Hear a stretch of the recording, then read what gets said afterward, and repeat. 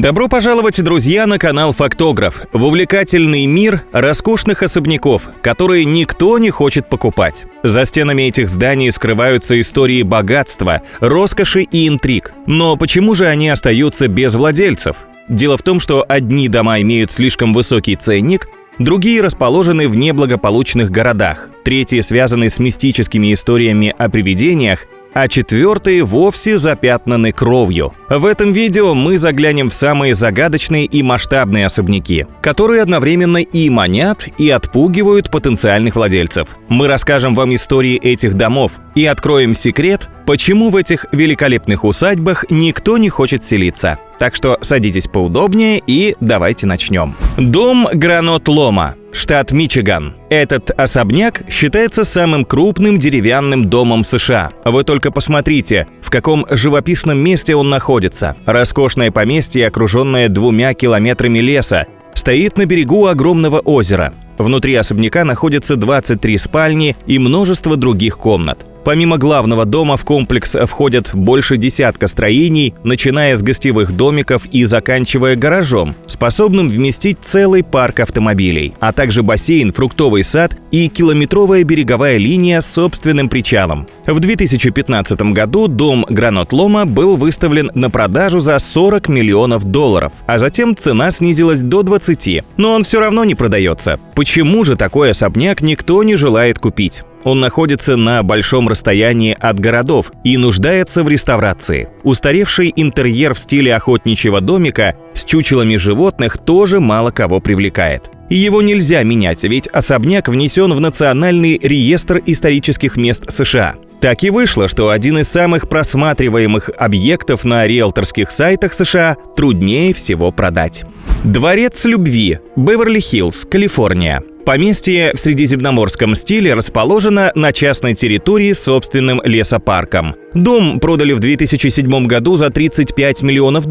Его новым владельцем стал Джефф Грин, магнат рынка недвижимости, который купил виллу в качестве инвестиции. Он потратил на реконструкцию особняка еще $25 миллионов и в 2014 году снова выставил его на продажу. Сегодня в особняке есть 12 спален, 23 ванные, гостиная, столовая, 2 кухни, хамам, домашний кинозал на 50 мест, боулинг, игровая комната, винный погреб, огромный гараж, центр развлечений с танцевальным залом, местом для диджея и светомузыкальной системой. Дворец выставили на рынок недвижимости за $195 миллионов, но спустя 5 лет не нашлось ни одного желающего в нем жить, и цену пришлось снижать. Объявления о продаже неоднократно снимали и возвращали. Сейчас поместье стоит $129 миллионов и все так же ждет нового хозяина. Особняк Энн Старретт, штат Вашингтон. Особняк Энн Старретт был построен Джорджем Старреттом для своей молодой красавицы-жены Энн в 1889 году. Сооруженный в викторианском стиле трехэтажный дом – это настоящее архитектурное чудо, изюминкой которого является 8-угольная купольная башня. В этом домике супруги прожили счастливо до конца своих дней. После их смерти роскошный особняк был превращен в бутик-отель, но в конце концов был закрыт, поскольку никто не захотел его посещать.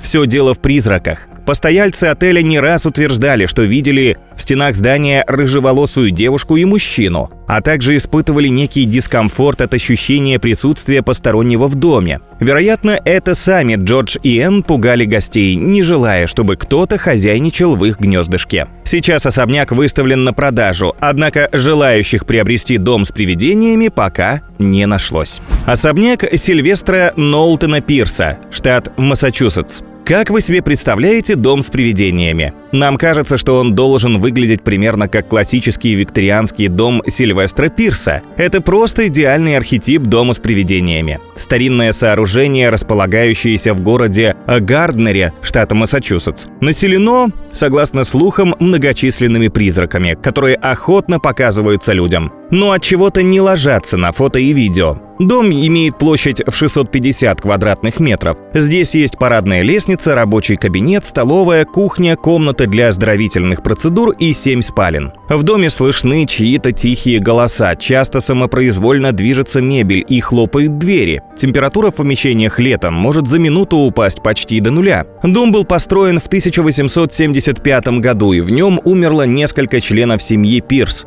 Говорят, что это их духи дают о себе знать. Очевидно, что жить в таком месте никто не захочет, однако почему бы тогда не устраивать здесь экскурсии? Нынешние владельцы, купившие дом в апреле 2015 года, так и планируют сделать. Особняк Бальтазара Крейшера, штат Нью-Йорк. Бальтазар Крейшер – известный немецкий предприниматель XIX века.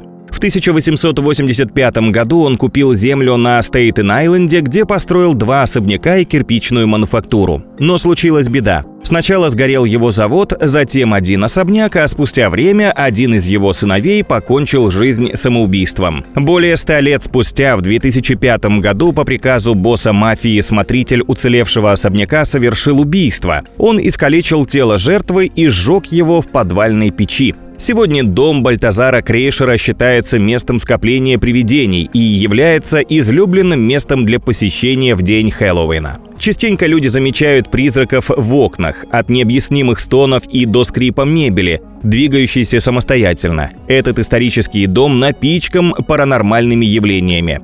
Разумеется, что такая репутация особняка отпугивает потенциальных покупателей. Особняк Калбертсон, штат Индиана.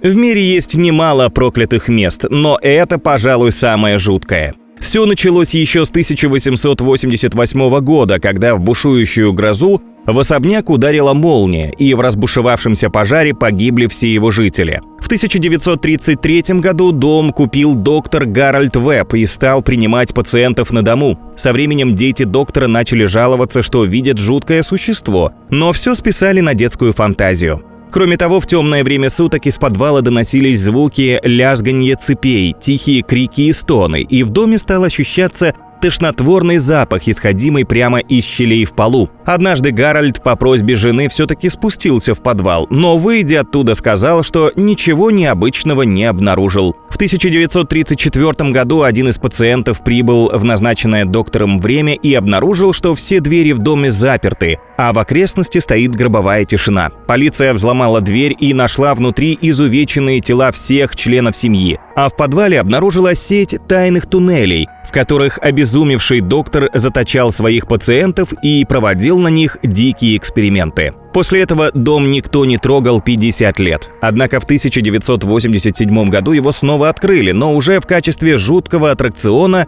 для любителей мистики.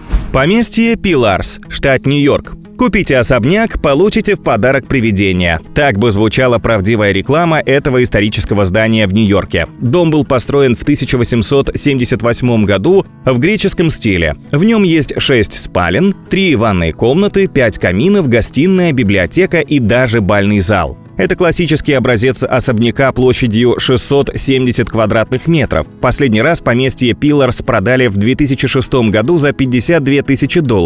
А в 2015 году после ремонта он вновь был выставлен на продажу за $1 миллион. В 2017 году цена упала до половины от первоначальной, несмотря на дорогостоящий ремонт, который делает его пригодным для жизни. Но покупателей все не было. Причина этого, как вы уже догадались, мистическая. Владельцы и рабочие утверждают, что видели и слышали призраков вокруг этого викторианского особняка. В частности, они видели женщину, бывшую хозяйку дома и ее ребенка. Поэтому потенциальные покупатели отказываются покупать дом с привидениями за $499 тысяч. Особняк Швеппе, штат Иллинойс. Этот роскошный особняк можно приобрести всего за $9 миллионов, но вряд ли вы захотите в нем жить даже даром. Ведь то, что происходило за этими стенами и что, возможно, происходит там и по сей день, вряд ли придется вам по душе. Живописный особняк Швеппе был построен в 1917 году в готическом стиле прямо на берегу озера Мичиган. Шикарный дом является подарком Луары Шед от ее отца. После своей смерти Луара оставила его в наследство своим детям и мужу. Но через несколько лет после смерти хозяйки ее муж покончил с собой, выстрелив себе в голову. А рядом с ним нашли странную предсмертную записку: «Я не спал всю ночь. Это ужасно». После этого прекрасный особняк простоял пустым почти 50 лет. В 1987-м дом купила семейная пара, но через 2 года они развелись. В 2007-м особняк Швеппе был снова выставлен на продажу за $18 миллионов.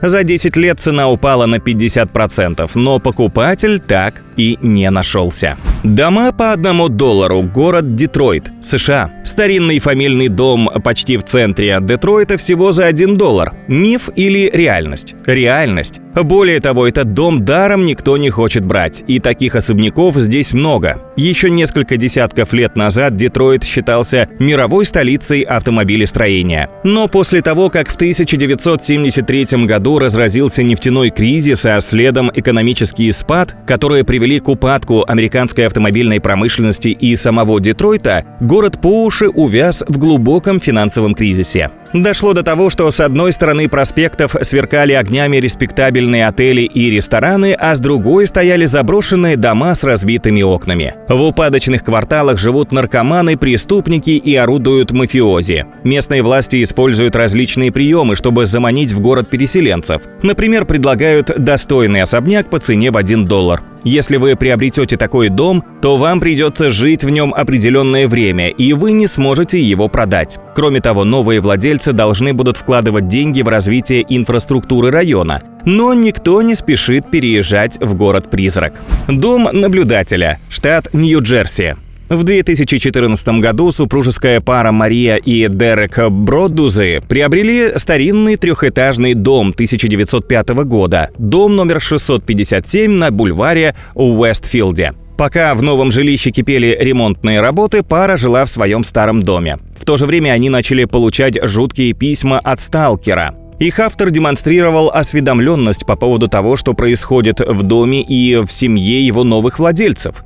Наблюдатель писал, что особняк принадлежит его семье, и они всегда за ним присматривают. Затем последовала целая серия угрожающих писем. Испуганная семья отказалась переезжать в новый дом и безуспешно пыталась продать его. Эта история распространилась по всему району, и потенциальные покупатели тоже были напуганы. Ни полиция, ни ФБР не нашли отправителя писем. Опасаясь за свою безопасность, семья в конечном итоге переехала жить к родителям Марии, оставив приобретенный за $1,4 миллиона новый дом пустым. Примечательно, что эта история была взята за основу сериала «Наблюдатель» от стримингового сервиса Netflix. На этом у нас все, друзья. Делитесь с нами в комментариях, какой из представленных особняков показался вам самым привлекательным. И как вы думаете, в каком из них все-таки должны поселиться новые владельцы?